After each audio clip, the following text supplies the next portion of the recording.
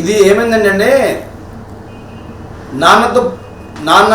అమ్మా నాన్నలతో పోలికలో ఉన్నవాడే ఈ మాటలు చెప్తాడు. ఎందుకంటే ఆనాడు పవన్ కళ్యాణ్ గారు పిల్లల్ని ఎత్తుకెళ్ళిపోతున్నారు అని చెప్పడం జరిగింది వాలంటీర్లకి.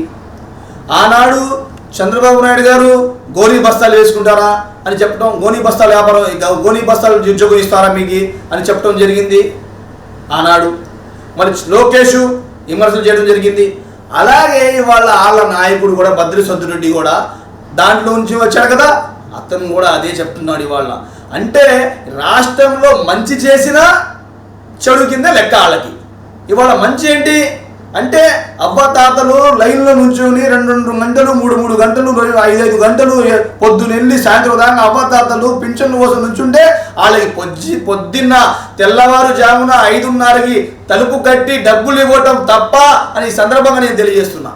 ఆంధ్ర ప్రజలారా మీరు గుర్తుపెట్టుకోండి, మీరు ఆలోచించండి ఒకసారి. వీళ్ళు ఏం చేస్తున్నారు? ఒక వ్యవస్థ ఏదైతే గాంధీ తాత స్వప్నం ఏదైతే కల కొన్నారో, ఏదైతే మన గ్రామంలో సచివాలయాలు ఉండాలని, మన గ్రామంలో వాలంటీర్లు ఉండాలని, ఆ వాలంటీర్ 50 కుటుంబాలకు వాలంటీర్ ఉంటే ఏ సమస్య వచ్చినా, గవర్నమెంట్ పథకాలు వచ్చినా, గవర్నమెంట్ వచ్చినా ముందు మన గవర్నమెంట్ పథకాలు వచ్చి కానీ మనకు తెలిసేది కావు. ఈ నాయకులే తినేసేవాళ్ళు.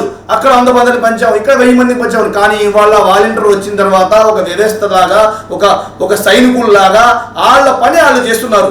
కానీ దీనికి కూడా ఈర్ష్యతో ఇవాళ ఏదైతే భద్రశుద్ధి రెడ్డి ఉన్నాడో ఆయన చెప్పడం ఈ సభం కాదని తెలియజేసుకుంటూ, రానున్న కాలంలో నిన్ను డిపాజిట్లు కూడా లేకుండా చేస్తారని ఆంధ్ర రాష్ట్ర ప్రజలని ఈ సందర్భంగా తెలియజేస్తున్నారు.